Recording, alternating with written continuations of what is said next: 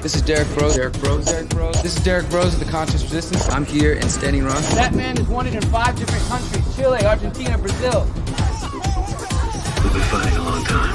We've all lost so very much. So many loved ones gone. Don't you fucking tease that horse! You are not alone. There are pockets of resistance all around the planet. We are at the brink. Above all, stay alive. You have no idea how important you are. If you're listening to this, you are the resistance.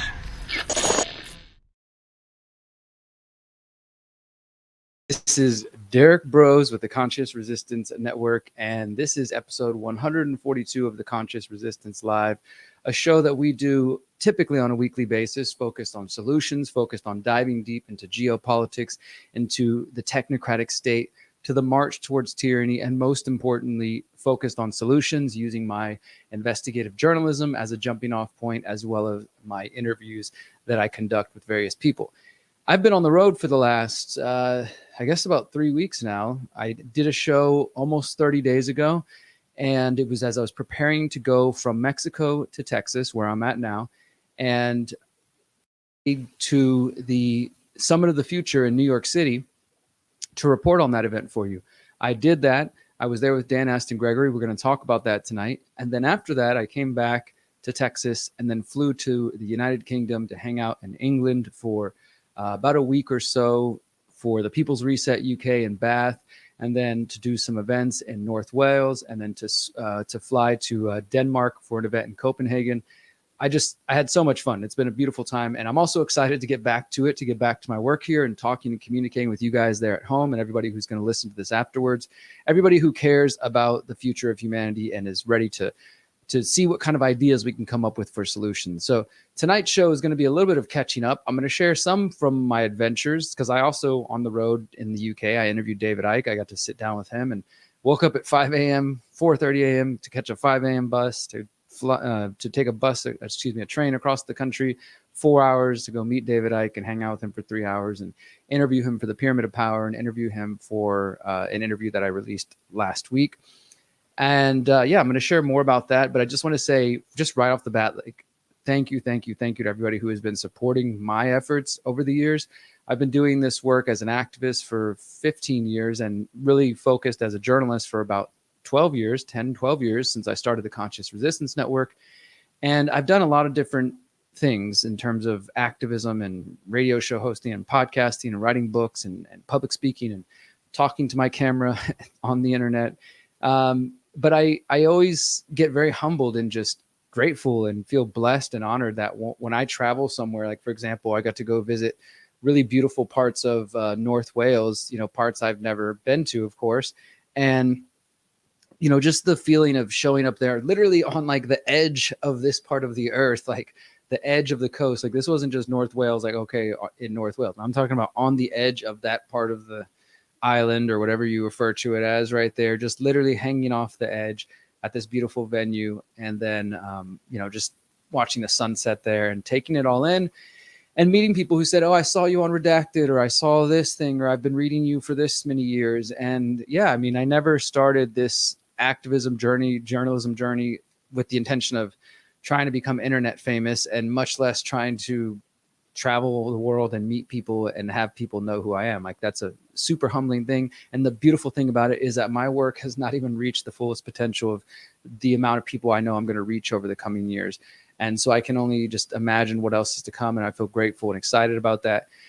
But just want to shout out all my friends, new friends, old friends in Bath, in London, in North Wales, and in Denmark and Copenhagen. Thank you to everybody there who showed us around and let us stay with you or use your houses for whatever, just all the welcoming things people do. And of course, more importantly, people who show up to the events, who buy my books and shirts, and even more importantly, people who actually implement those ideas. I appreciate, of course, the little bit of pat on my back and, stroke my ego of how great you think I am. Of course, I'm just like you.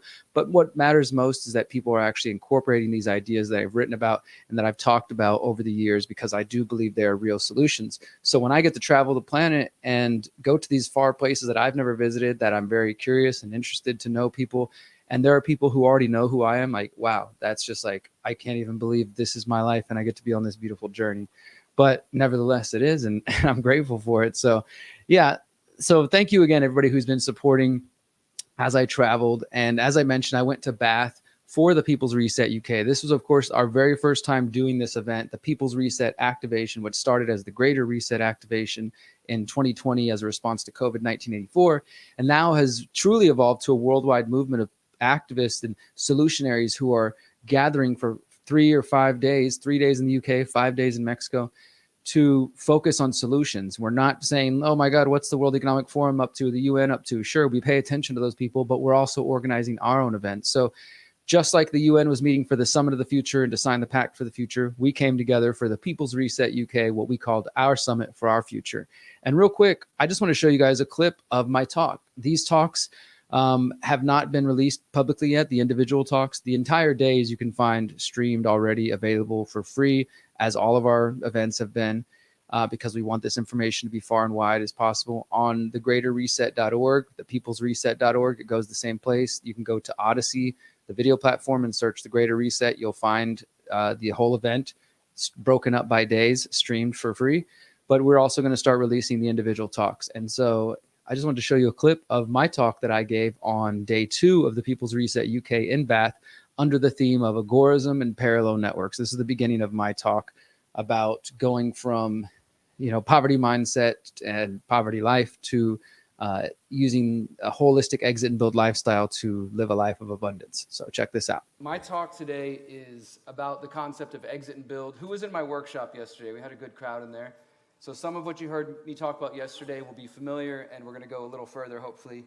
I'm going to explain what the concept of exit and build, you probably heard people mention that phrase a few times today, and where it comes from. We're going to talk about how to apply that holistically, and then I'm going to speak more specifically about my life and how I incorporate these ideas.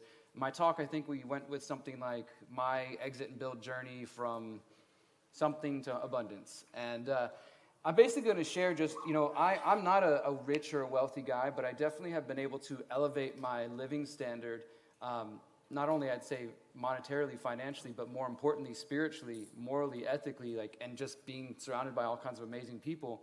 And that isn't where I've necessarily come from. I've started out as pretty much just a broke, starving activist. Anybody ever been that? You're just so passionate, but you don't know how you're going to make it work, but you just know you care enough that you have to go do something. And I did that for a few years, and then I've been able to thankfully find a path for myself with journalism and with organizing events like this that has allowed me to really live the life that I want. And as Hakeem was mentioning, trying to be an example for other people. I shared this in my workshop yesterday, that I think the best way that we can teach when it comes to anything is to lead by example, right? It's one thing for somebody to talk a lot about certain things.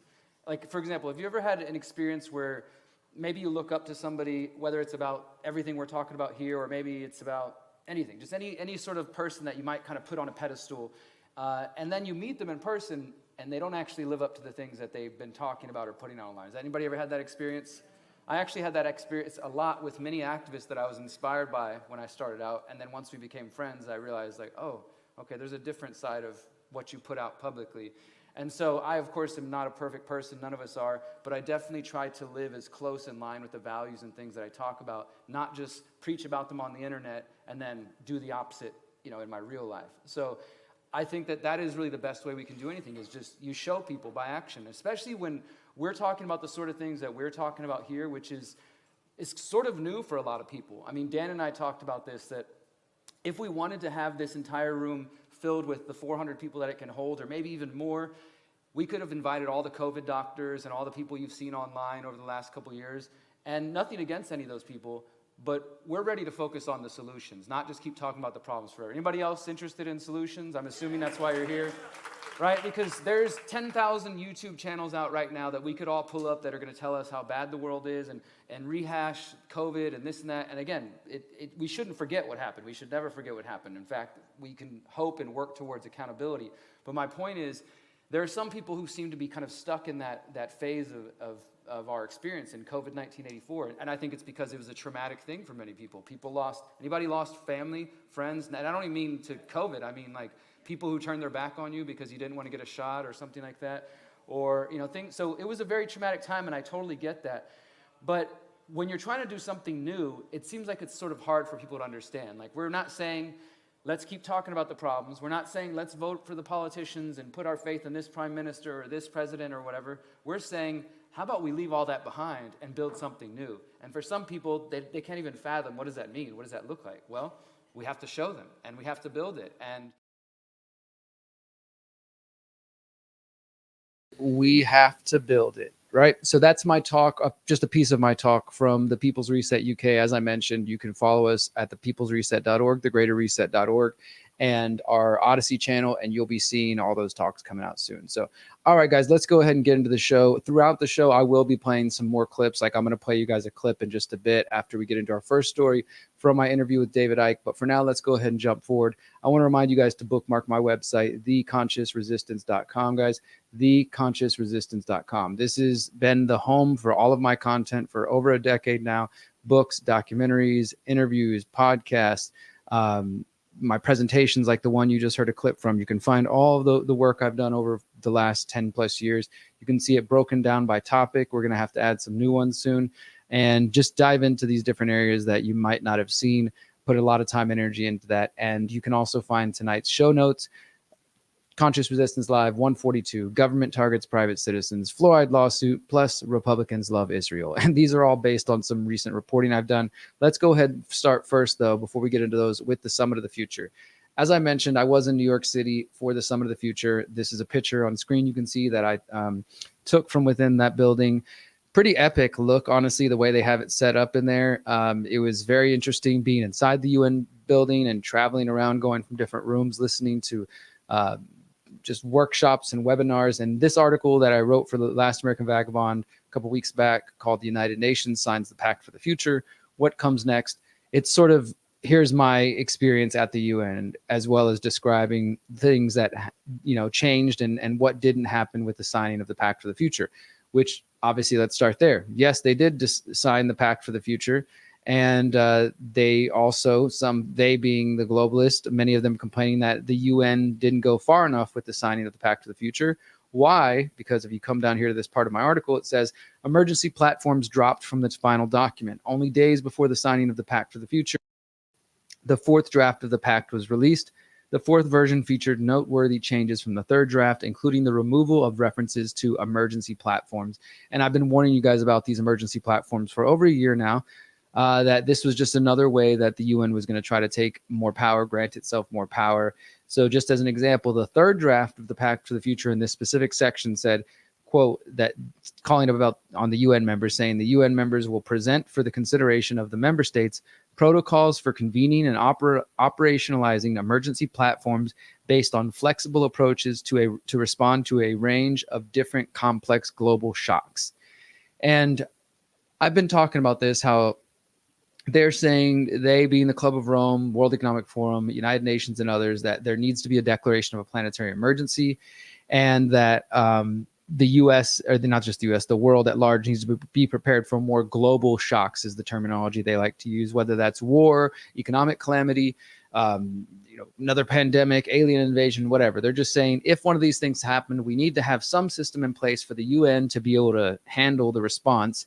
And that was these emergency platforms. So in the final version, though, what I just read is pretty much taken out. Instead, it says, the UN will, quote, consider approaches to strengthen the United Nations system response to complex global shocks.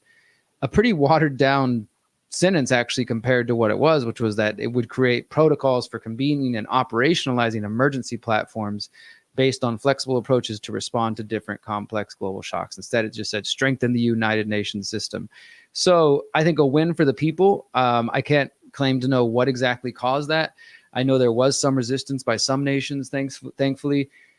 But overall, the document passed with very little opposition, and the vast majority of the world's governments supporting it and embracing it, and some even wanting it to go further. But like I said, this idea of the global shocks and emergency platforms, and coming from the planetary emergency, which goes back to organizations like the Climate Governance Commission, which are funded by the Rockefellers, and it goes back even more directly to the Club of Rome. This is all about more control, and for whatever reason they didn't get it, or they didn't go after it and seize it. Maybe they did some some analyzing and figured this isn't popular enough right now. If we make this move, there's going to be massive pushback. I do think that the predator class and the pyramid of power does gauge public response, and we've seen this. They'll try one thing, and if it doesn't work or people push back too much, they back off for another decade or a few more years until people have kind of moved on or been distracted or slowly become acclimated to accepting whatever they want to cram down our throats, right? So it's great to celebrate this victory at the moment. I think we need victories where we can get them, and we should celebrate them when we can. But I don't think that means things are over by any means. But yes, for the moment, even though they did sign the pact for the future, some of the future, not a good thing. It doesn't include the worst elements, so a small victory. Now, here's where I was saying, like this is an opinion piece written by Johan Rockström, who's one of the major globalists that I've been reporting on for a while from Sweden.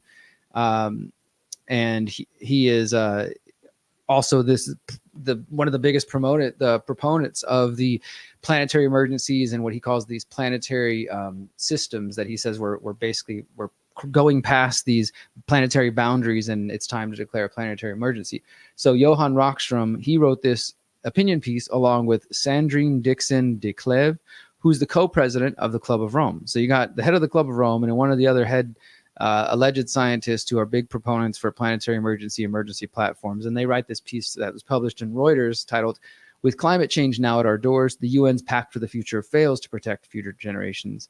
And just briefly, it says, the UN Summit of the Future last week offered a critical opportunity to reflect on the far-reaching consequences of our actions.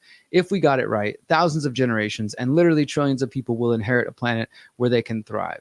If we get it wrong, through catastrophes of our making, nuclear annihilation, climate change, ecological collapse, pandemics, then the prospect of future generations will be severely limited and they will inherit a dangerously destabilized world. And it goes on to basically just say, quote, they lack concrete targets and there's too much reliance on existing frameworks rather than proposing bold new mechanisms to drive transformational change. So again, they wanted bold new mechanisms. They wanted to take this much further than it went. And also they say here, we can say with scientific certainty that 6 of the 9 planetary boundaries which keep our planet stable have been transgressed, with a 7th boundary on the verge. And I just think, there's no science backing his whole theory. It's an interesting theory. I haven't seen hard data that actually backs up this planetary boundary thesis of his, but they're speaking of it as it's already scientific fact. And I can imagine as that allegedly transgress, and it's like, oh my God, we're about to cross the 9th planetary boundary. This is it. It's time to lock down the world. Like this sort of terminology is probably going to become more commonplace in the coming years. Discussions on declaring a planetary emergency, planetary boundaries. I promise you, my friends, we haven't seen the last of it. But nevertheless, we have a brief reprise in the sense of the Summit of the Future not having the very worst parts of it that it could have included, instead taking out the emergency platform, but yes, still going forward.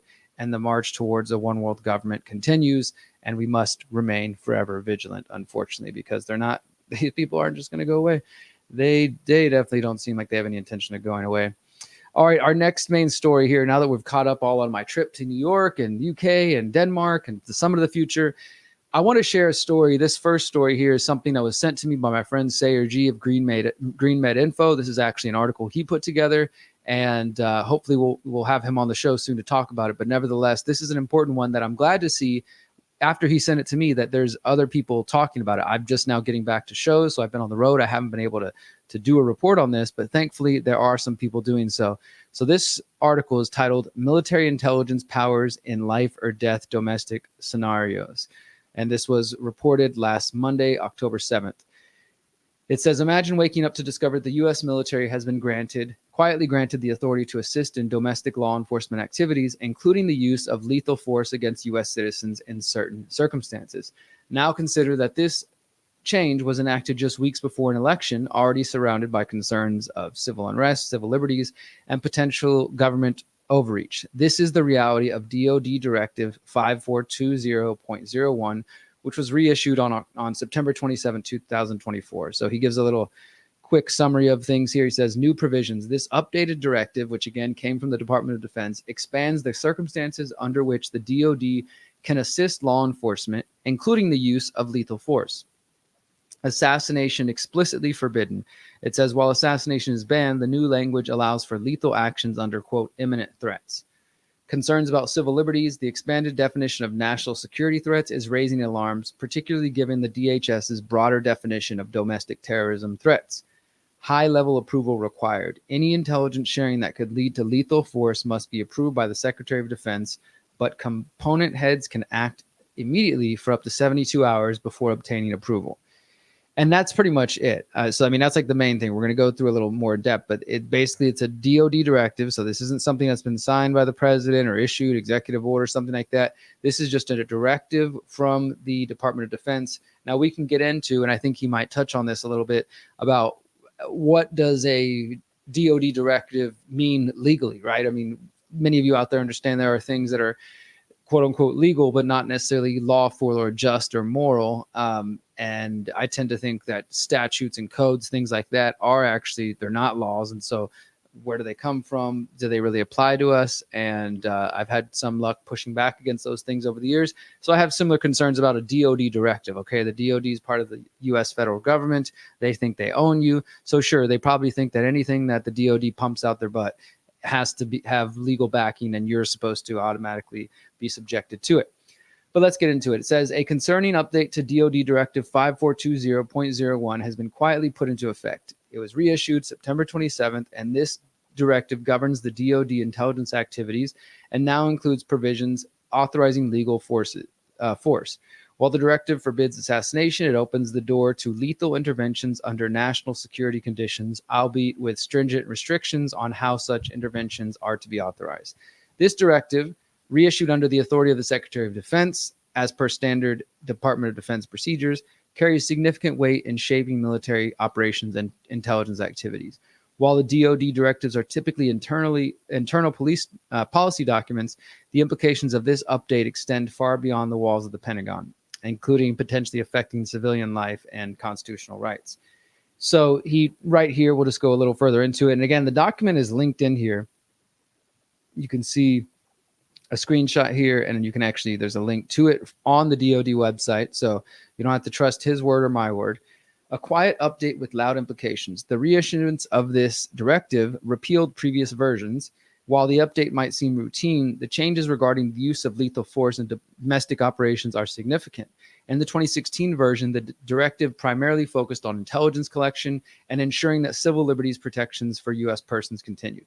It emphasized strict oversight and the need for authorization before collecting U.S. persons' information. However, the 2024 version expands the military's role, particularly in assisting civilian law enforcement, and authorizes lethal force under specific conditions, raising questions about its use during potential civil unrest surrounding the upcoming U.S. election. And then he does a good part, kind of like what I was just doing with the Summit of the Future, showing what it looked like before and what has changed, and how he shows how the 2016 version, there was discussions about civil liberties protections and intelligence collection restrictions, and now those things have been changed, and now it says use of lethal force, conditions for force, legal oversight, and it says any use of force must comply with this other DOD directive, ensuring proper legal frameworks are followed. Of course, yeah, right. So it says framing the 2024 directive as a restriction, not an expansion. It goes on, the 72-hour provision, a time-sensitive response mechanism, why timing matters, and he goes into why this might relate to the U.S. election, the civil liberties concerns, how this could impact the right to protest, privacy rights, due process, freedom of speech, and civilian control, which we could see taken away if the things are further militarized. So this is, I think, overall just a kind of one more piece in the puzzle of a big shift towards militarizing the United States. And we've seen violations of posse comitatus and various, U.S. government documents discussing that so-called sovereign citizens or libertarians or people who use gold or don't trust the federal government are dangerous and things like that. So it's not that new of a discovery, let's say. I think it's still a big deal. But is this the first time we've heard this happen? No, unfortunately not. That's very sad to say, but no, this is not the first time we've seen this happen. We've seen the U.S. government target their own citizens or put out language making it seem like they are interested in targeting their own people numerous times, and this trend just continues. Now, I definitely do think that the US election, as I warned in 2020, is going to be a great time for some type of false flag. It seems almost kind of cliche to predict that, and maybe it's too obvious. I'm not predicting that. I'm just saying I do think whether on election day or like we saw last time in the lead up to certification, January, whatever it's going to be, January 6th, there might be some chaos and some purposely stoked chaos and unrest, because we have hit that point where neither side that are caught up in the false left-right paradigm, including those of you who think you are freedom fighters and awake, who are still falling for Trump, are willing to accept that they have lost. Like, it's already primed for them, the left, to claim that Trump is, stole the election with the Russians, and Trump has already been ceding that they're going to steal the election again, right? So I don't expect things to go smoothly. So the U.S. elections are a prime time to divide people, and if that means civil unrest and something like this DOD directive, it's back there. It exists, like a lot of other directives and executive orders and signing statements and all the other stuff that the government uses, which are totally not legal and not voted on and all kinds of things. Fun stuff. They have the tools if they want to use them, is my point. So we'll see where that goes. Before we get into our next story, we're going to take a brief break. I'm going to show a clip from my interview with David Icke. Who out there, by a show of hands, who has seen my interview with David Icke? A couple of you? A few of you? Cool. Awesome. Thank you guys for watching it. I hope you've enjoyed it. It's like an hour and a half long, which I don't usually like to do longer interviews, but obviously with somebody like David Icke, you could talk all day and really get deep and trying to, see his thoughts on everything. And I did a little bit of that, trying to pick his brain. He was kind enough to give me 3 hours of his time. The interview was an hour and a half. We also, as I mentioned earlier, recorded his answers for the Pyramid of Power documentary series, which we are on episode 16 coming up, and in the final episode 17 in early 2025. And I interviewed him for both those episodes. So David Icke and Mark Passio and probably James Corbett and a few others are going to be in the next chapter on religion and secret societies. And the final episode about who or what is at the top of the pyramid will feature G. Edward Griffin, Peter Dale Scott, David Icke, Mark Passio, hopefully Larkin Rose, Daniel Echelon, Whitney Webb, Catherine Austin Fitz. I mean, I've interviewed so many different people that are going to be featured in that last episode, and there'll probably be more to come, but super excited about it. Nevertheless, let's go ahead and check out this clip from my interview with David Icke. If you haven't seen it, go over to theconsciousresistance.com or search The Conscious Resistance on any platform you're on, or my name, Derrick Bros, and you'll find it. But let's check this out. This is a clip from the interview where I specifically asked David about the role of Israel in the New World Order and what he thinks about that. Check this out, and we'll be back.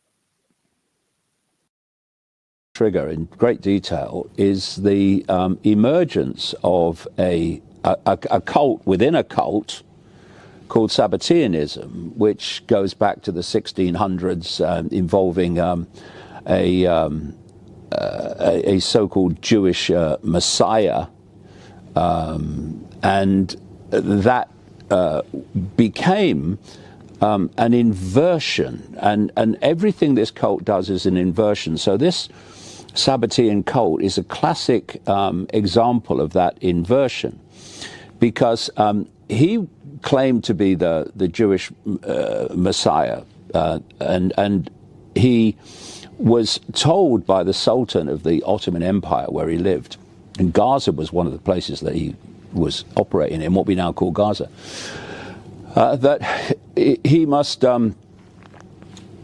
convert to Islam or prove he was the Messiah, or else, it weren't going to be good. So he converted to Islam, and a lot of the people converted with him. And they became known as Donma, which means to turn. And what they did was operate as an inner core cult, masquerading outwardly as being Islamic. And he eventually died. And in the next century, along came a guy called Jacob Frank, who was very close to the Rothschilds and various people that created the Bavarian Illuminati in 1776. And he took it into greater extremes. And the modus operandi of the Sabbateans, or Sabbatean Frankists as they became known when he came on the scene, was to infiltrate societies claiming to be that society or that religion or that culture, and manipulating your way into control and taking it over.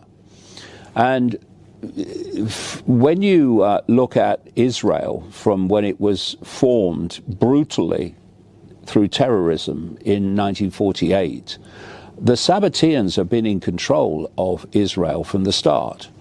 So you've got, as we speak, you've got the cult controlling the Israeli government, not least through this Sabbatean cult, which is an expression of the wider cult. And they're making the population of Israel believe that they are on their side, and they're also making the population of Israel suffer the consequences of their actions. We're seeing this now. Then you've got Hamas in Gaza that was created with central support and manipulation of the Israeli government, i.e. the Sabbatean cult.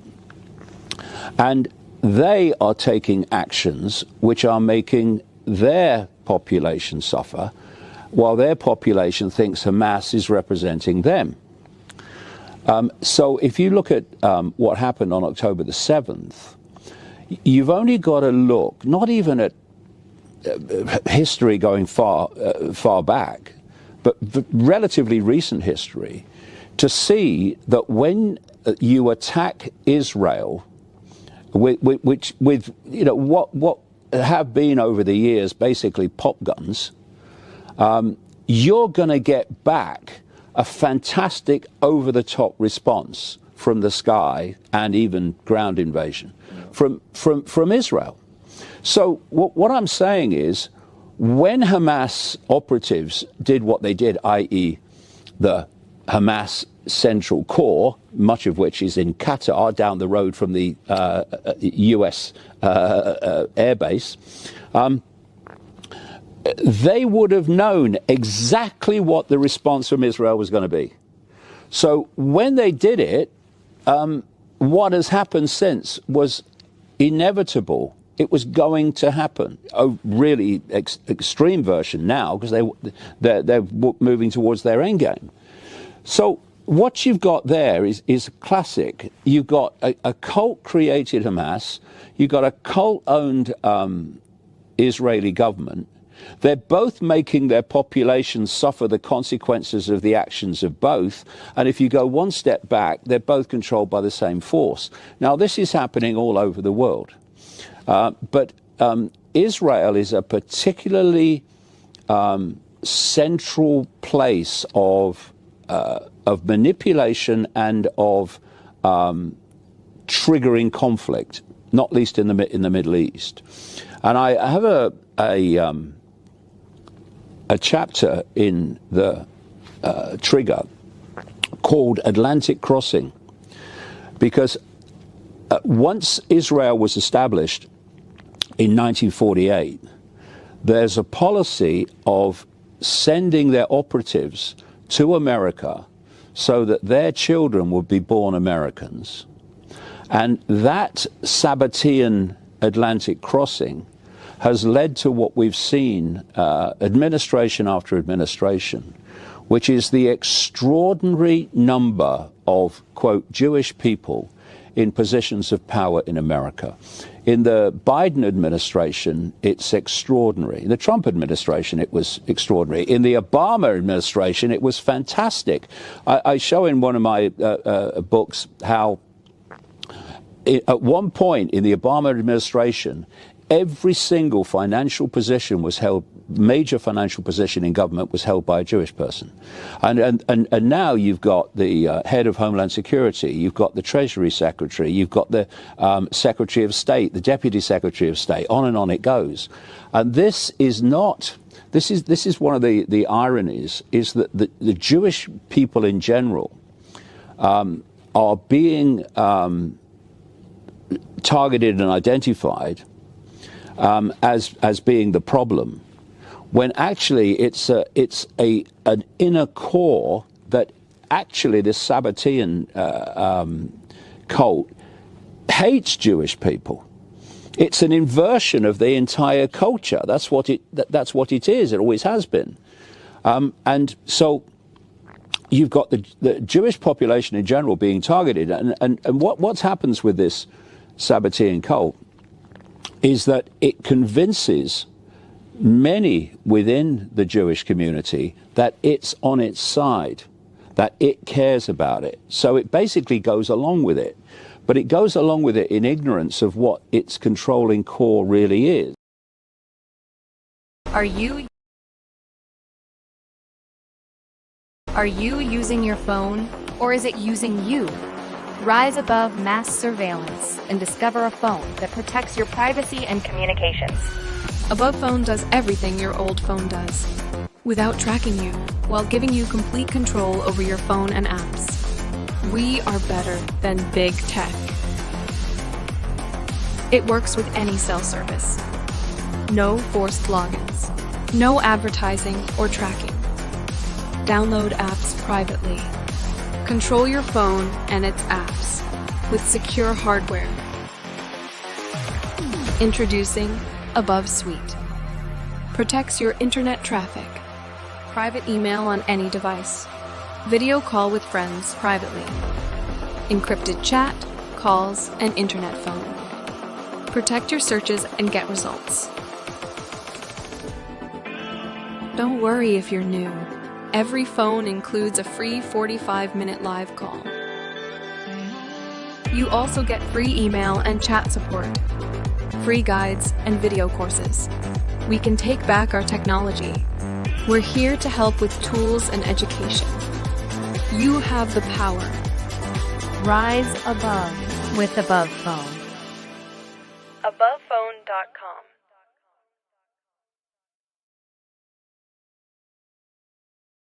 Everybody, this is Derrick Bros of the Conscious Resistance Network, and that was a clip from my interview with David Icke.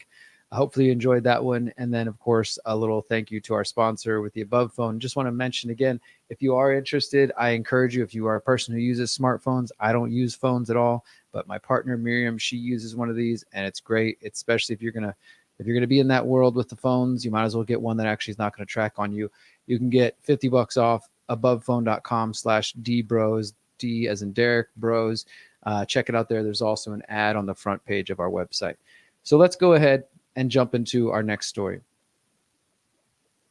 If you've been following my work and if you've had a brain, you know by now that despite the differences, and there are differences, however minor or big they may seem, there are differences between the Republicans and Democrats. But by and large, when it comes to the issues of war, when it comes to advancing the technocratic police state, when it comes to support of Israel, when it comes to supporting the Federal Reserve fractional debt-based banking system, they all march forward and they all march lockstep together, advancing that agenda. So it should not be a surprise to most of you, the information I'm about to share. But for some of you who are out there and still falsely believing that Donald Trump is the answer and that he's going to be here to save us from the deep state, and they're so desperate to kill him, they've tried to take him out at least 2 times, and Iran's coming after him, somebody, God, save him, and then the last couple of weeks so we can make it to the election, then maybe this is going to be a little more difficult for you. But I encourage you to keep listening with an open mind and open heart, and perhaps you might learn something. So this article was just published on thelastAmericanVagabond.com this week. I wrote it earlier. It's called "The Republican Party Platform Under Donald Trump is Pro-Israel and Anti-Free Speech." And this just focuses on one specific aspect. But the point here is that to show you, once again, just another area that these two parties, and in this case, Donald Trump and Kamala Harris, both supported by the Zionist lobby and both supported by various members of the Bilderberg Group, are not your friends and are not going to save you. So the first part of this article, I did what I felt honestly I needed to do just to sort of show that both sides are doing this. And of course, if I didn't include this information in the front end, probably all the Trump supporters would not make it halfway through, because I spend about half the article, or at least a nice good chunk of the introduction, showing the fact, and it is a fact, and I don't care whether it's Democrats or Republican, but it is a fact that Democrats have supported censorship during the COVID-19 84 years. And, we know this through Facebook, YouTube, Twitter, et cetera, other things like this. So I just sort of recap some of that and one of the places I start with, in case you hadn't seen, just in the last couple of weeks, former Secretary of State Hillary Clinton, everybody's favorite nobody, going on CNN, calling for repealing Section 230 of the Communications Act to start censoring the internet even further. And she said, quote, if they don't moderate and monitor the content, we lose total control. We need to remove the immunity from liability, and we need to have guardrails. We need regulation. She's talking about guardrails, regulation of the internet to fight disinformation and fake news. These are similar statements that she made to the ones back in September when she was on Rachel Maddow on MSNBC, saying the same thing, saying something about like maybe we need to focus on Americans who are spreading false information. I also think, quote, I also think there are Americans who are engaged in this kind of propaganda, and whether they should be civilly or in some cases criminally charged is something that we would be a better deterrence, because the Russians are unlikely to ever stand trial in the United States. So she's saying maybe we need to punish Americans who are spreading fake news, and that might be a better deterrent, since we're never going to get those pesky Russians. And obviously she's not in office and she doesn't really speak for anybody, but she's just an example of the mindset that we saw during the Biden administration, and yes, parts of the Trump administration. But of course, the majority was the Biden administration. And we now know that they were communicating and pressuring Google, YouTube, Facebook, etc. And I honestly don't think that this whole narrative of that the corporations were somehow, you know, the unfortunate victims of the big bad state. Yes, true in one way, but also like, come on, do you think they had to really twist their arms that hard?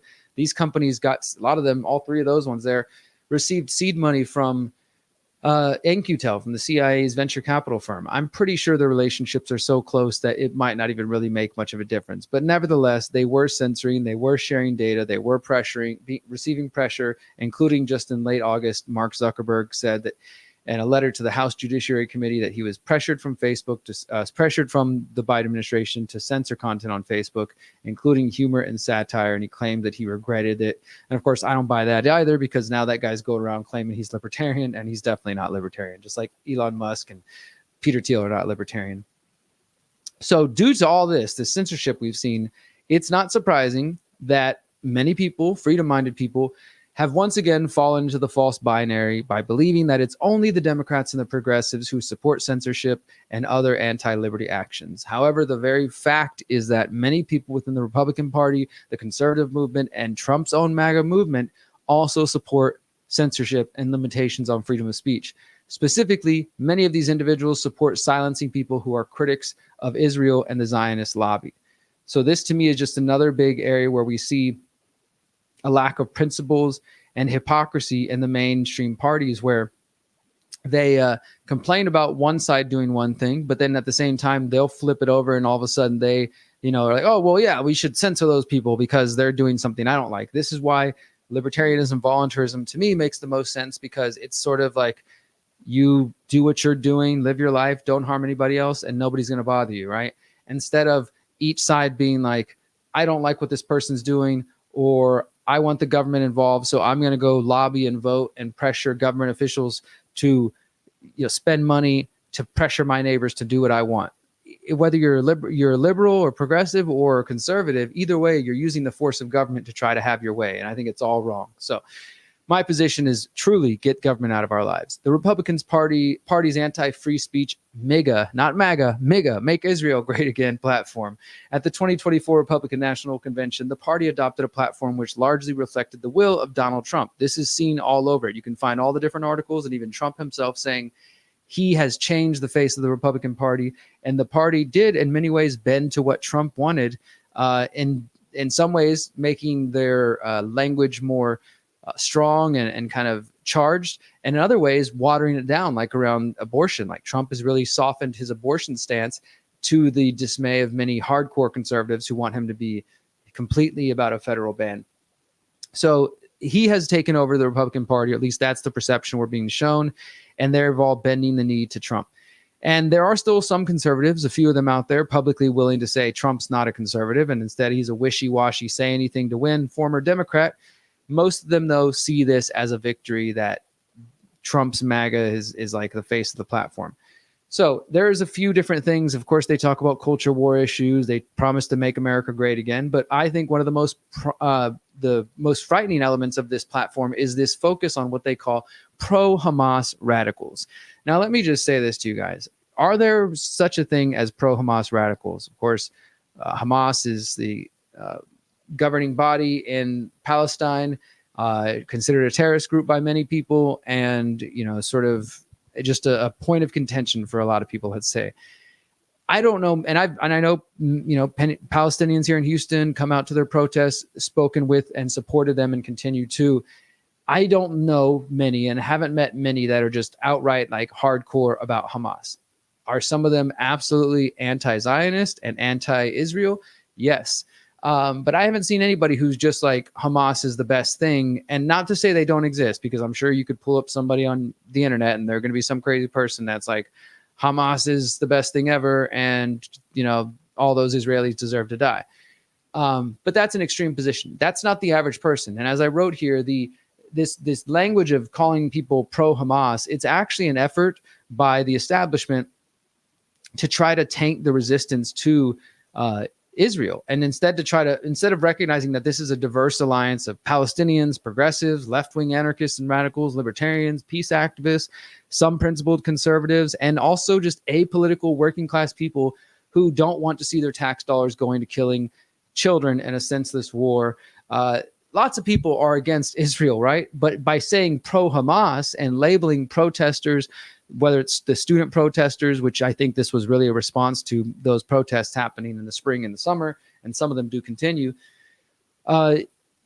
This is really just, again, it's supposed to poison the well and guilt by association. Well, we all know Hamas is a terrorist group. So if you're a pro-Hamas person, not an anti-Israel or anti-Zionist or even just a pro-peace person, no, you're pro-Hamas, then it's a lot easier to smear you, to badmouth you, and to tell people you're an evil person. This is pretty much the goal here. So this isn't anything really new, though. This whole section is you see a statement under America First, a return to common sense. It says, deport pro-Hamas radicals and make our college campuses safe and patriotic again.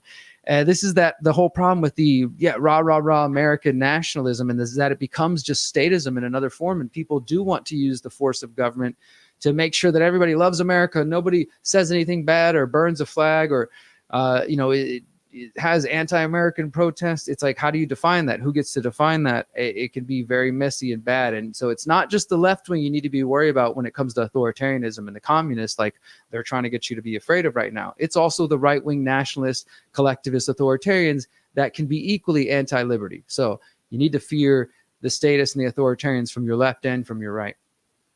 At least be aware of them. So like I said, this is just trying to conflate the real big resistance to Israel and saying that people who are anti-Israel are pro-Hamas.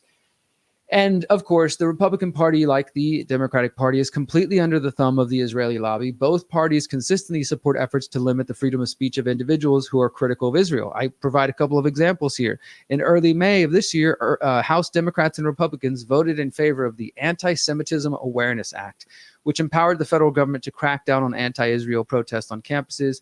Critics of the law say it was not about stopping anti-Semitism, but instead focusing on expanding the definition of that word to include criticisms of Israel itself.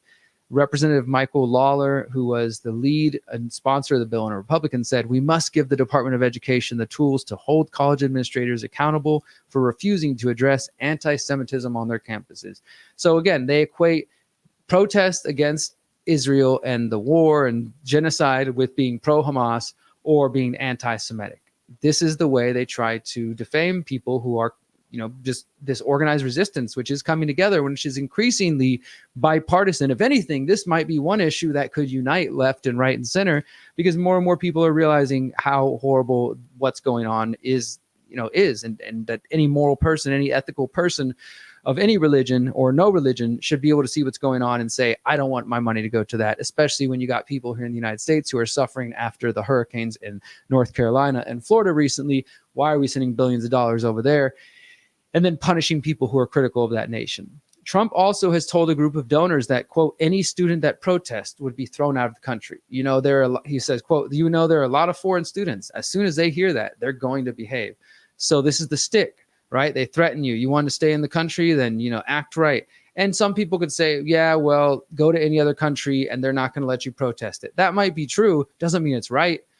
whether you're a foreign student or an immigrant to the U.S., if you become a U.S. citizen, if you live here, you have a right to express yourself about the country you live in. And I think it's garbage that they could start with targeting foreign students. And guess what? It's already starting to happen. People are being threatened to be kicked out of the country for participating in protests against Israel. Think about that. A foreign nation is getting foreign students here in the U.S. potentially kicked out of the country because they're protesting against the crimes of war that are taking place. In the weeks after the Hamas attack on Israel, the majority of Republicans voted in favor of censuring Michigan Representative Rashida Tlaib, the only Palestinian American member of the U.S. Congress. After she was critical of Israel, only 23 Republicans voted against it. So think about that. None of the Republicans cared about free speech then. She's being critical of Israel. Sure, you could say, well, it was right after the attack. People are all intense and, sentiments are high, whatever. It's a tense moment. Who the hell cares? 23 Republicans, only 23 thought it was worth saying, hey, guys, maybe she has freedom of speech, even if we don't like it. By December 2023, the Republican-controlled House of Representatives passed a resolution which equates anti-Zionism with anti-Semitism. And this continues on. Like I said, there's already students, including this one, Mamadou Tal, a 30-year-old PhD student at Cornell University and a British national, who Newsweek recently reported as being potentially kicked out of the country, facing the possibility of being forced to leave because he participated in protest on campus at Cornell against Israel. He's an F1 student visa, and he has an F1 student visa program, and he was one of 4 students suspended for protesting, and was recently made aware that he has a temporary suspension going on now, and that this could lead to his deportation. So this is not the first time. And we could go on and show you how the Republican Party and Donald Trump, one of his biggest advocates has been Sheldon Adelson, who's now deceased, big Israel advocate, spending hundreds of millions of dollars on Trump. And now Sheldon Adelson's wife, his widow, Miriam Adelson, she took over his finances. They're huge Zionists. They have deep pockets, and they're going to support people like Trump no matter what. So that's just, some of the free speech stuff that all the Republicans have been up to. And just let's add a little bit more. In case you actually haven't read the Republican Party platform, let me give you another piece of this. This one shouldn't be as much of a surprise because you've heard Trump saying this, but still, maybe you haven't thought about what it actually means in practice. Massive police state as a response to illegal immigration. It's also worth noting that the 2024 Republican Party platform continues Trump's promise to, quote, carry out the largest deportation operation in American history. This is a promise Trump has been making on the campaign trail over the last 2 years and is likely to lead to a massive increase in police state measures by the federal government. Unfortunately, the reality is that the border crisis continues to be allowed to fester to the point where Americans, like many of you, are saying, yeah, Derrick, but I live on the border. Things are bad. Criminals are being allowed to go free. And yes, there are ridiculous policies which allow violent repeat offenders to roam American streets. I see it in Houston. I see it elsewhere. It's a real problem. This is all by design, my friends. And I wish there was an easy solution. There's not. But the powers that wish they were, the predator class, are manipulating things so that there's a problem. You have a reaction. And the solution is more control, digital IDs, facial recognition cameras, a smart virtual border wall that both Trump and Biden have been fighting for, and more, as I said, more cameras along the borders, facial recognition. They're calling it a virtual wall or a biometric wall. And yeah, this is something that has been going on since 2021. I reported on this. The U.S. Citizenship Act, which would implement new biometric and aerial surveillance technologies along the U.S.-Mexico border. This is something that Biden has done, and it was also a continuation of what Trump had been doing before him. And how exactly would this take place? Well, as this article here, let me see where I pulled it up. Trump's current answer to the immigration crisis to call for the creation of a massive network of temporary holding facilities and camps as he empowers the National Guard and or the military to round up individuals who are accused of violating immigration laws. Former Trump administration officials told the Washington Post in early 2024 that he was, quote, obsessed with having the military involved. That doesn't sound good to me, but how would this practically look? This article says, quote, as a model, Trump points to an Eisenhower-era program known as Operation Wetback, using a derogatory slur for Mexican migrants. The operation used military tactics to round up and remove migrant workers, sometimes transporting them in dangerous conditions that led to some deaths. Former administration officials and policy experts said staging an even larger operation today would face a bottleneck in detention space, a problem that Trump advisor Stephen Miller and other allies have proposed by building mass deportation camps. So there's others who are saying Trump couldn't even pull this off even if he wanted to, so maybe it won't happen. But the point is, think about what he's describing. This would absolutely lead to a further expansion of the police state, as cops believe they can harass anybody they want, and especially because Trump continues to say he's going to bring back what do they call it? Stop and frisk policies that were implemented after 9/11, where cops are basically able to harass any random person and stop them and search them if they believe they're suspicious or whatever. Trump says he's going to give police the tools to come back and have these same tools again. And overall, this just another example that the Republican Party platform, as well as the words and actions of Donald Trump, make it clear that he is not for free speech. He is not for liberty. He will pay lip service to whatever the hell he needs to, so you guys buy it and then sell you out when he gets in office like he did before. And so many of you, unfortunately, are falling for it. But to me, and I think those of us who've been around a little bit longer, it's pretty obvious to see what's happening. I don't think it's that difficult to really see it if you are being honest with yourself. And this is the way that I think things are going to go, unfortunately, because it's going to be a lot easier for the predator class to implement their plan and march us towards the technocracy when you have people like Elon Musk supporting Donald Trump, coming out and jumping and dancing on stage. When you have people like Peter Thiel who are supporting Elon Musk. And in fact, let me see if I uploaded it. I have a short clip of Peter Thiel. Yeah, I got it ready.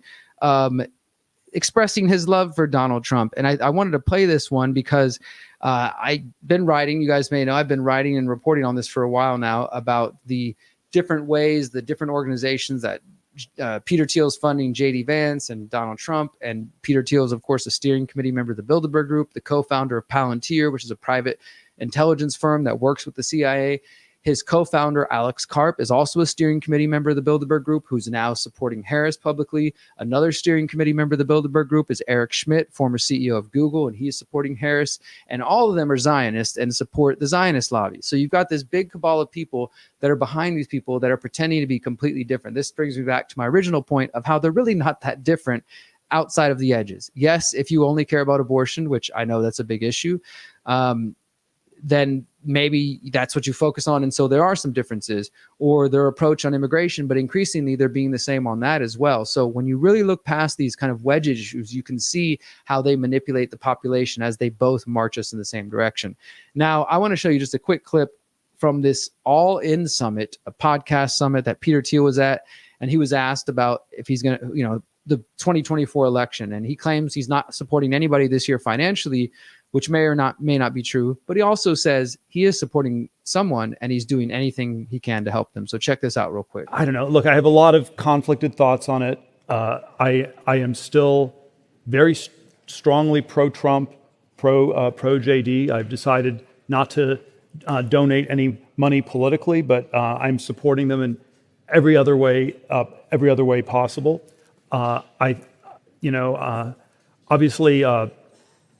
I think there's my pessimistic thought is that Trump is going to win and probably will win by a big margin. He'll do better than the last time, and it'll still be really disappointing. Still be really disappointing.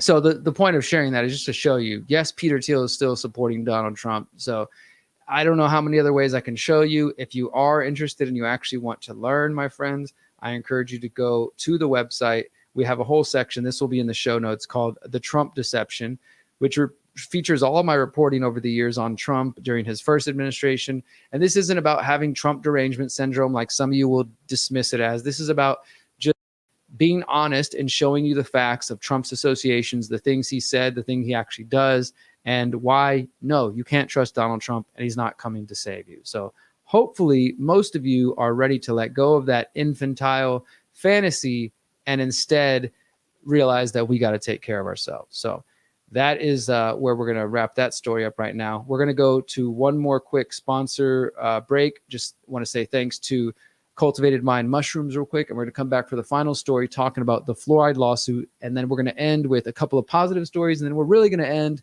with my book selection for the week. As you guys know, I like to do a series called What's Derrick Reading? And even though I'm on the road, I ordered some new books. So I'm going to show you guys what I've been reading as I'm working on the final chapters of the Pyramid of Power.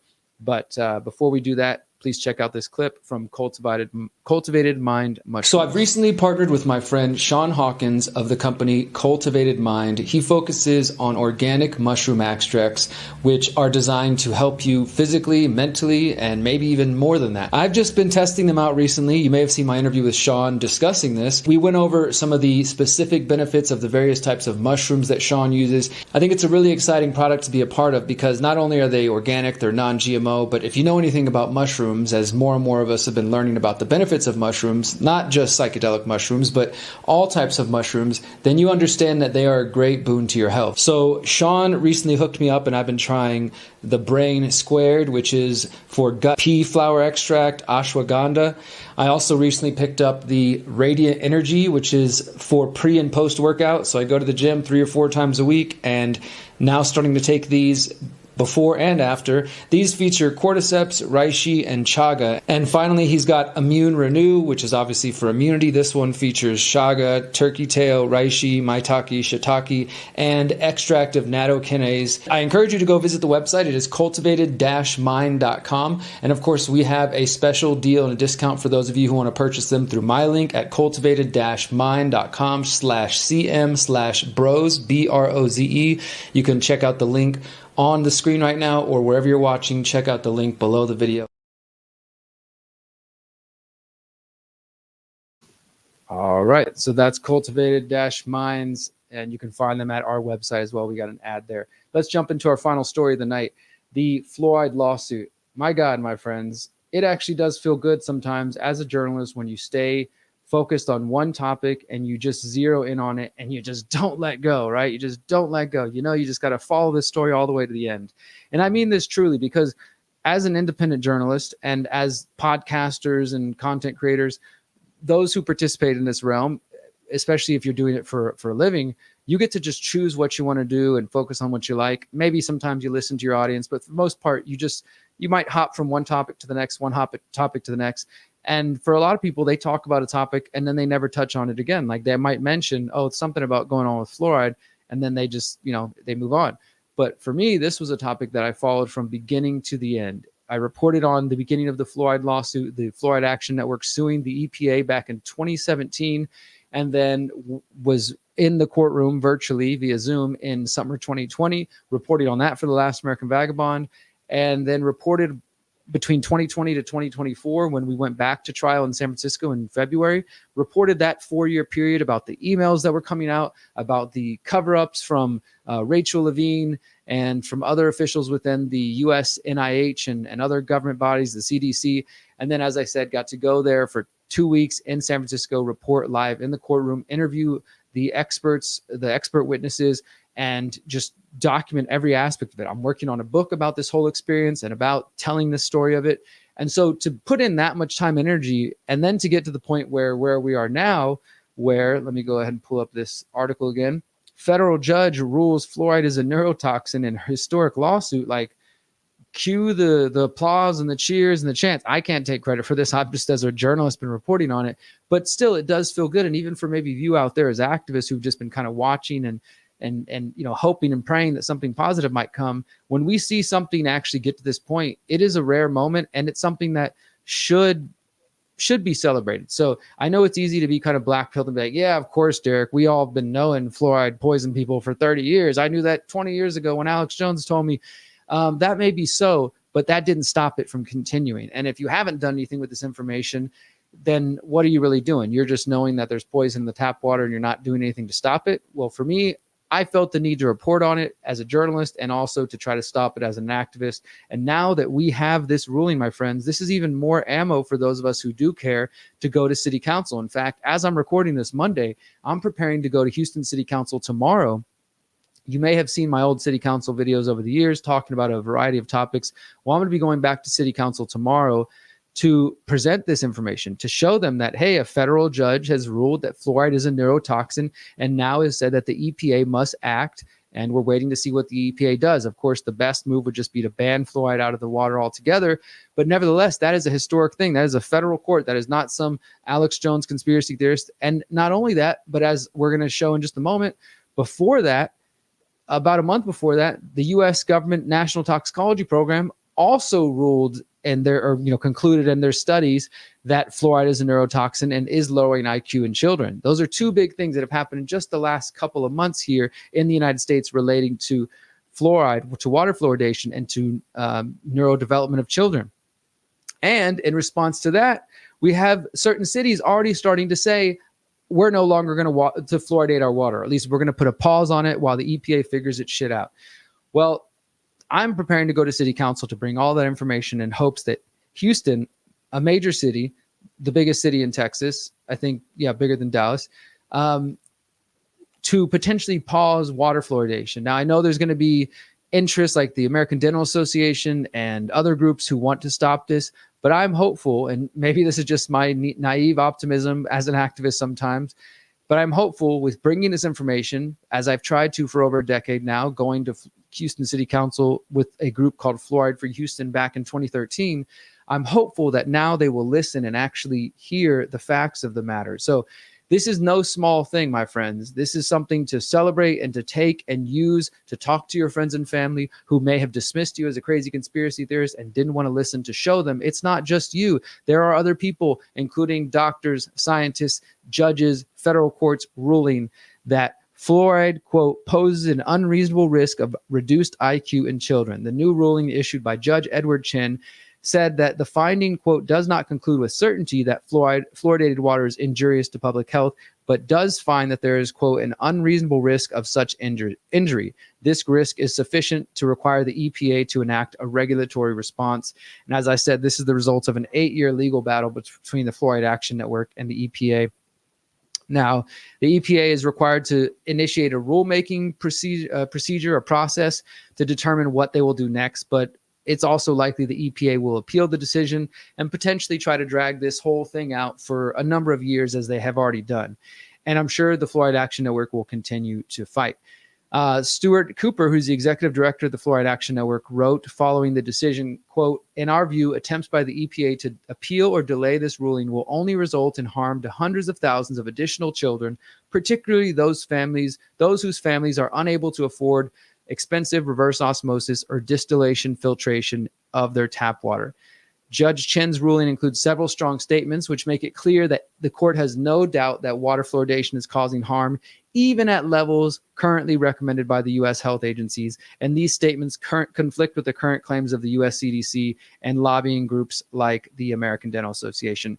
Judge Chen wrote, here's the quote, my friends, the court finds that fluoridation of water at 0.7 milligrams per liter, the level presently considered optimal in the U.S., poses an unreasonable risk of reduced IQ in children. And he goes on to say that there is, quote, little dispute regarding the hazard fluoride poses to human health. And then he says, quote, indeed, EPA's own expert agrees that fluoride is hazardous at some level of exposure, and ample evidence indicates that a mother's exposure to fluoride during pregnancy is associated with IQ decrements in her offspring. So it goes on from there. We'll read you a little bit more, but right now I want to play you just a short clip of an interview I put out this morning. If you haven't seen it, it's at theconsciousresistance.com, but we're going to play this quick clip from my interview with Michael Connett, who is the lead attorney in the Fluoride Action Network battle against the EPA. I've interviewed him before in San Francisco, but this is the latest interview about what we just discussed with this historic lawsuit. So check this out real quick. We'll be right back. Hey everyone, this is Derrick Bros with the Conscious Resistance Network. And today we are going to continue our ongoing conversation about water fluoridation and particularly the Fluoride Action Network lawsuit against the Environmental Protection Agency. I'm here with the lead attorney in that lawsuit, Michael Connett. How are you doing today, Michael? I'm doing well. Thanks, Derrick, and thanks for having me on. Yeah, it seems like this is a perfect time for an update.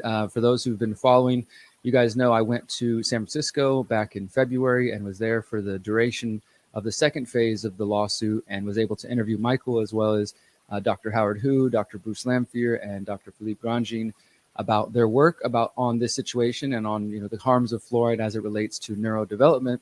And now here we are, Michael, in October, and we actually have a ruling which seemed like it might not ever come. Tell everybody, let's just start right there. What did the ruling say? And where do you think things go from here? Yes, well, it was a fantastic decision by the court, very detailed, very thorough, 80 pages. The court determined that adding fluoride chemicals to drinking water poses an unreasonable risk to human health in the form of reduced IQ in children. So it was a 7-year process. The judge heard a great amount of evidence and expert testimony and reached the conclusion, as we argued in the case, the judge agreed that fluoridation does pose an unreasonable risk to human health. And based on that finding, the court has ordered EPA to begin a rulemaking proceeding to address and eliminate this risk. And I think if I was reading correctly on the press release that came out from Fluoride Action Network, that as part of that rulemaking process, it is possible, and you mentioned this to me back in February when I was asking you, well, what comes next if you do win? It is possible still that the EPA could drag on this rulemaking process for months, years, if they choose, in addition to potentially appealing the ruling. Is that correct? That's right. And EPA has demonstrated for a very long time that it is perfectly willing to drag its feet as long as possible to do anything meaningful to protect the public from fluoride. So, I am concerned that we will see EPA attempt again to drag its feet, but there may be legal remedies available for us to compel EPA to move quicker than it otherwise would be willing to do so. But I do think, Derrick, that it's important for everyone out there to keep in mind that there's nothing stopping local communities from taking action now. And we've already seen communities across the U.S.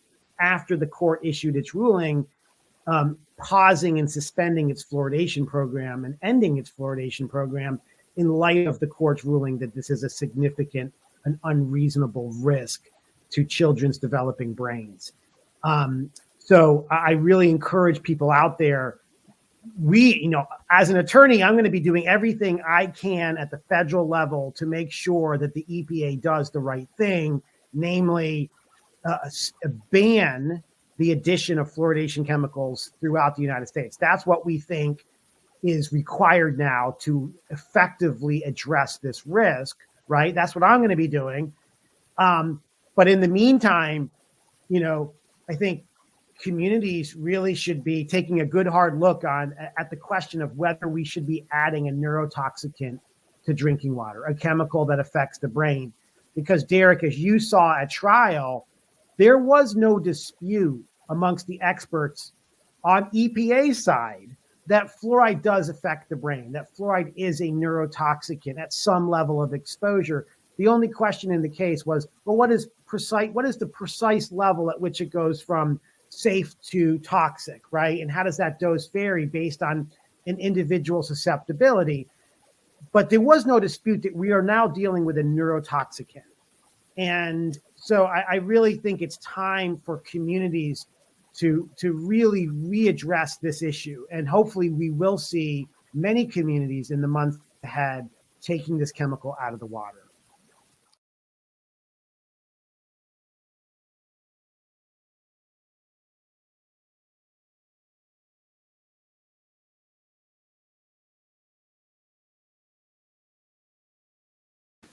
With the Fluoride Action Network, we're discussing his trial there. I hope you guys will go watch that full interview. I've been told by several people they thought it was a really good interview. I want to show, we're going to just talk in just a moment about the NTP study. So one big piece of news is the federal court ruling. Yes, celebrate that. Take that information, use it. Federal court rules that fluoride is a neurotoxin, lowers IQ in children.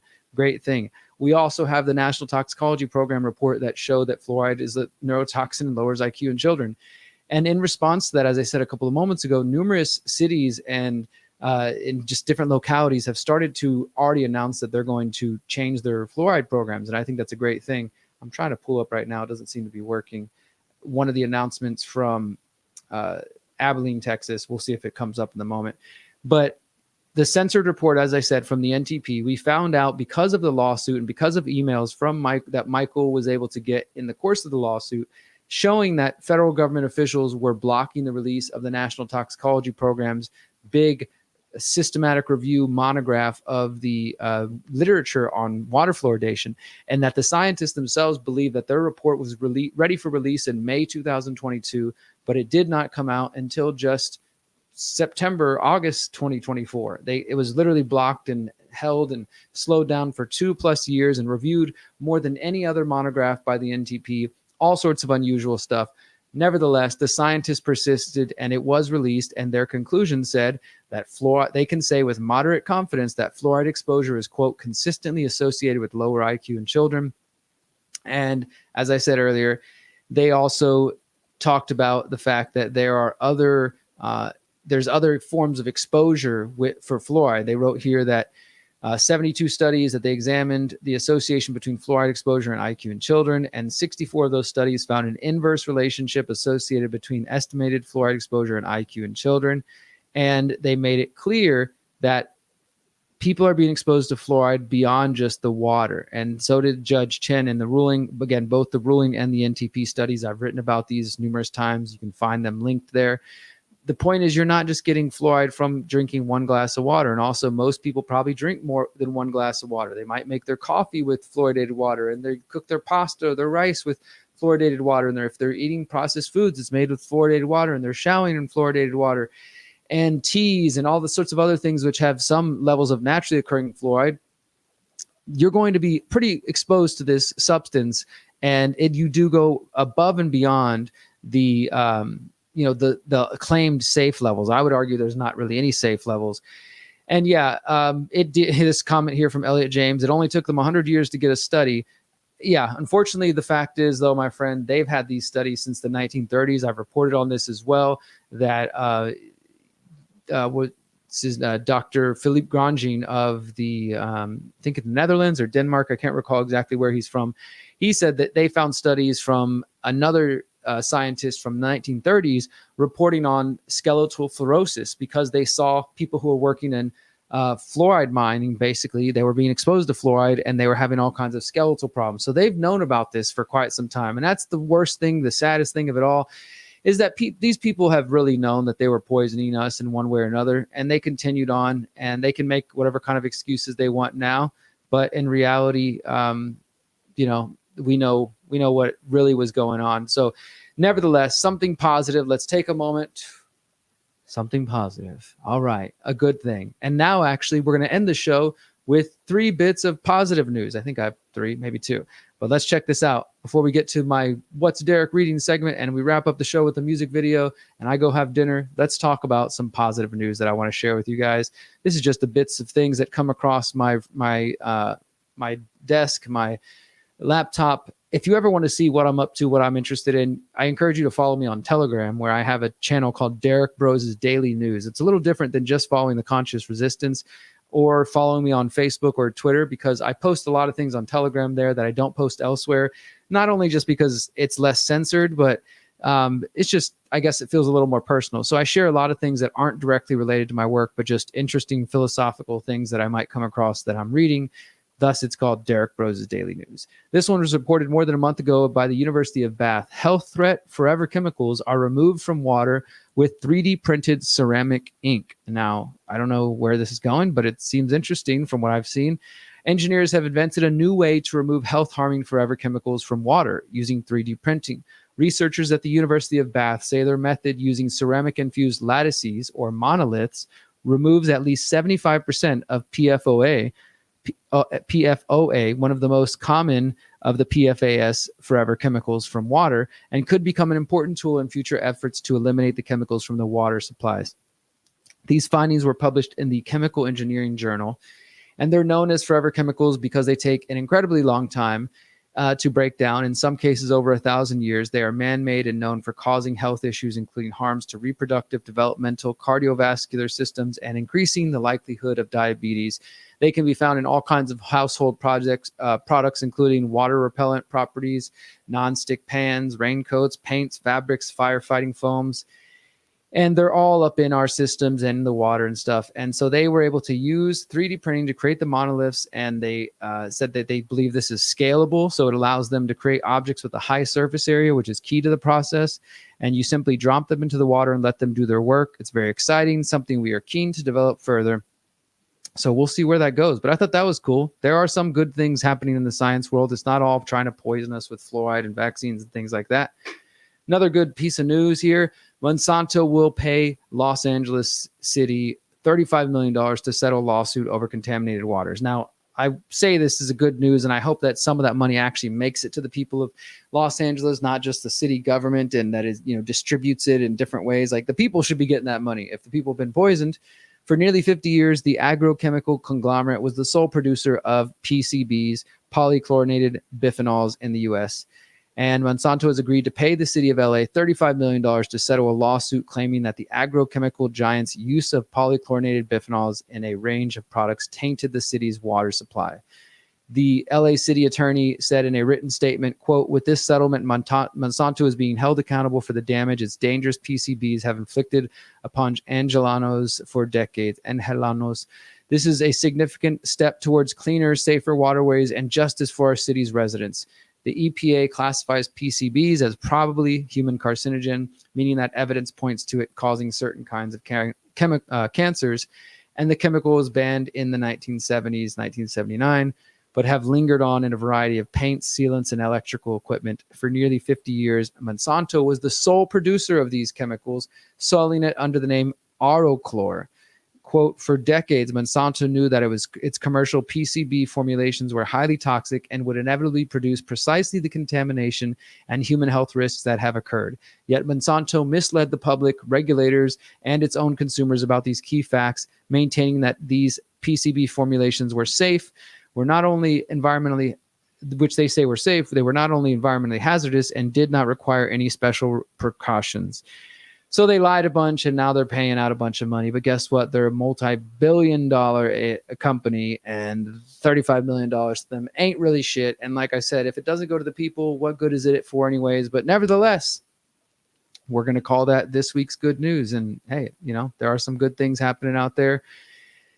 I hope that some of you out there in LA, especially realistically, if anybody says like, "Hey, Derrick, I remember we were being exposed to those PCBs when we were kids in LA. It was in the water. It was this and that." I hope you get some relief, some true relief, and that it's not just money going to freaking politicians to do God knows what with it, and that you actually see some relief with that.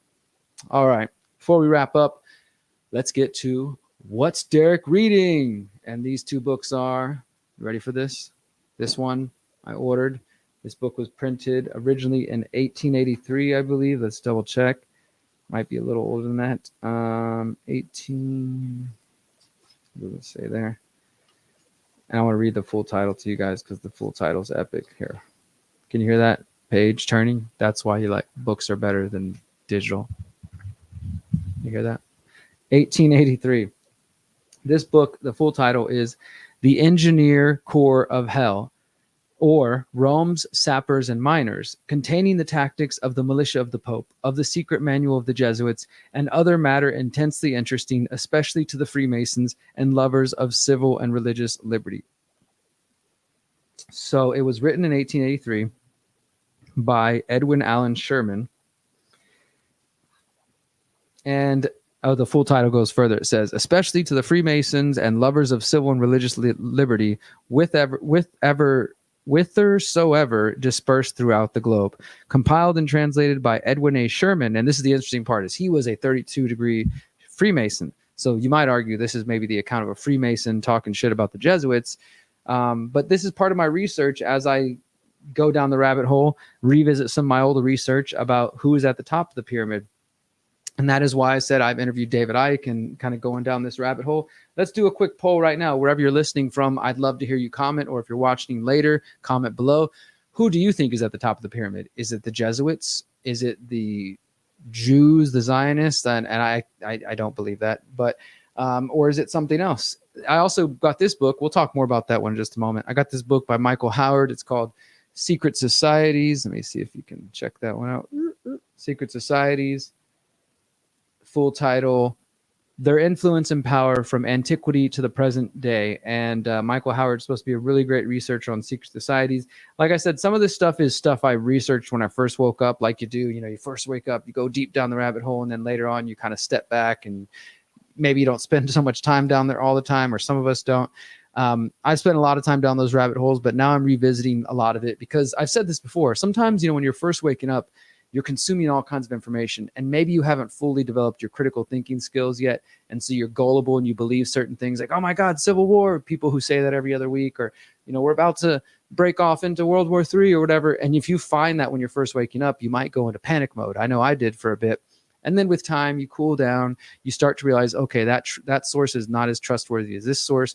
Okay, that Alex Jones guy seems to be kind of right, but he sure does exaggerate a lot and seems to sort of just go off the handle a bit. Maybe I'll be careful when I consume his material. And so there's a lot of things like that I read back in the day. And now it's fun as I'm revisiting it for the Pyramid of Power to sort of see, like, do I still believe those things that I originally believed in the beginning? Because I have become more critical, more skeptical, and of conspiracies and of government at the same time, because there are fake conspiracies out there. There's a lot of things people quote on the internet or they believe to be true, which are not factually backed up by anything. But this one is interesting, this book about the Jesuits, not only because it's from 1883 and I like finding old books. Doesn't mean because it's old, it's true. You know, we don't want to fall into the fallacy of just it's historical, so it must be true. But there's a lot of interesting things here. The Jesuits from 1541 until their own days. Like this guy has this edition of the book has the preface to the first edition, the second edition, the preface to the French edition. It has an introduction, the Company of Jesus, Society of the Jesuits, and they make some claims about that even the Jesuits were involved in the assassination of Abraham Lincoln.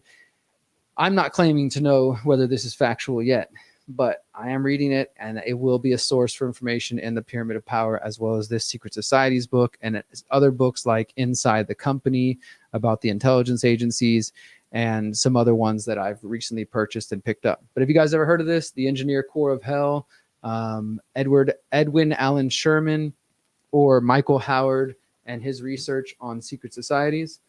Let me know what you think about that. Let me know who you think's at the top. And yeah, I appreciate you guys being here with me tonight. I want to remind you guys that I am running the 45-day exit and build challenge. It's still happening right now. This is my effort to get you guys to realize that there are solutions. They just aren't in politics with false heroes and liars and thieves.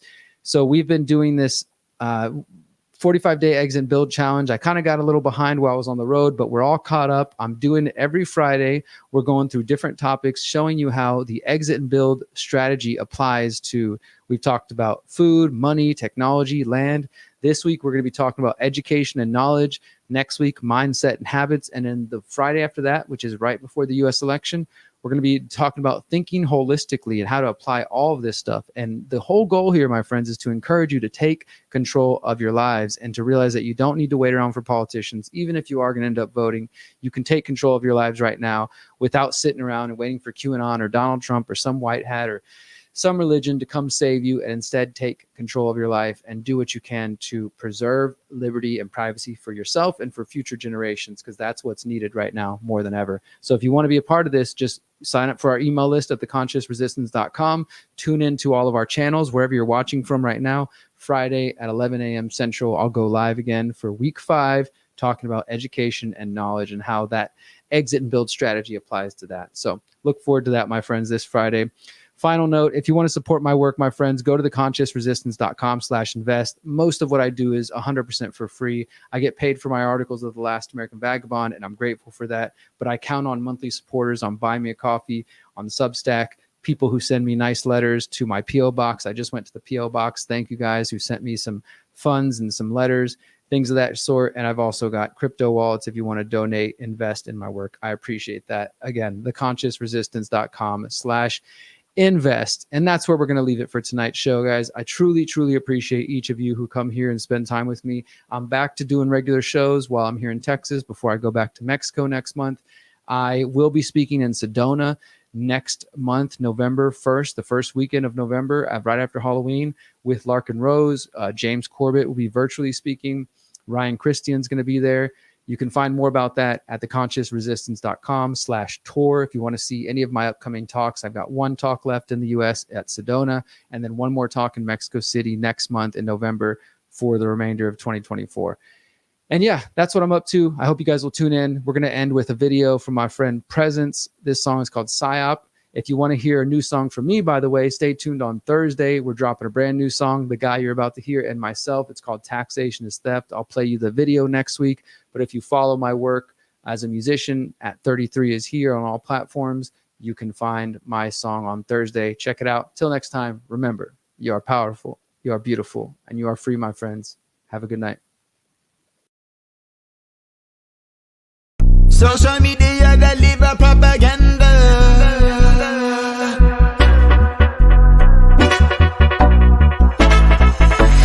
Shutting down all of the psyop, man.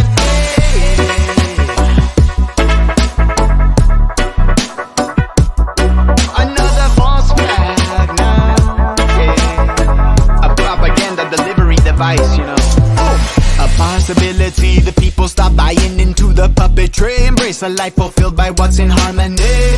False selection, use discretion, find perfection of our honesty. Honest with ourselves right now. If we honest with ourselves, we see theater for the masses that play. Masses that play. Call the curtain, I'll determine what to do and what is right for me. Self-responsibility. Disengage from the world as a stage. We got to channel our rage into productivity. We got to know absolute instead of relativity. Gotta lose attachment to emotional negativity. We got to disengage from the publicity of all the actors, actresses who put us in harm's way. We got to stop the worship of human sacrifice, pedophile blaze the fire on Babylon and their conspiracy. They coming with another psyop stage, another false flag plan. False flag plan. Hey. First casualty of war is the truth, and we ignoring the scam. Ignoring all the scams right now. Keep on shouting from the rooftop. Disengage from Instagram. Instagram. Hey. The social media that live our propaganda to the palm of your hand. Palm of your hand. Social media that live our propaganda to the palm of your hand.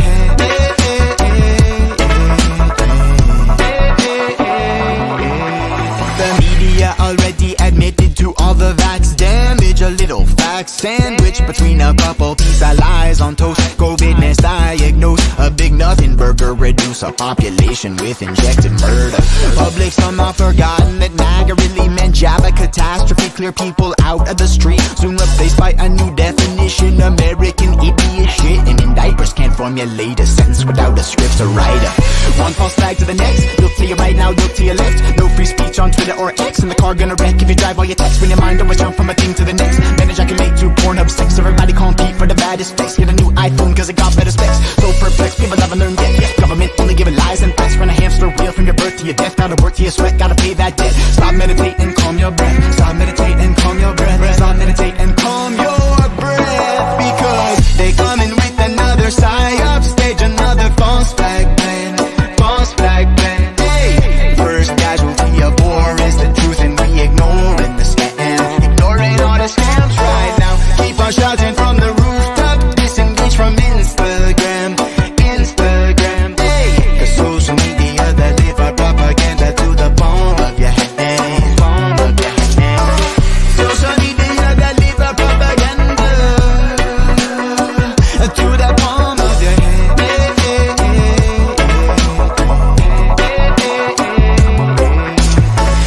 Social media that live our propaganda.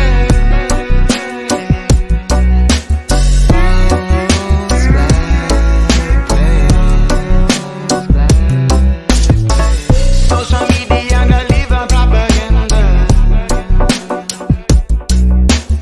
False flag play.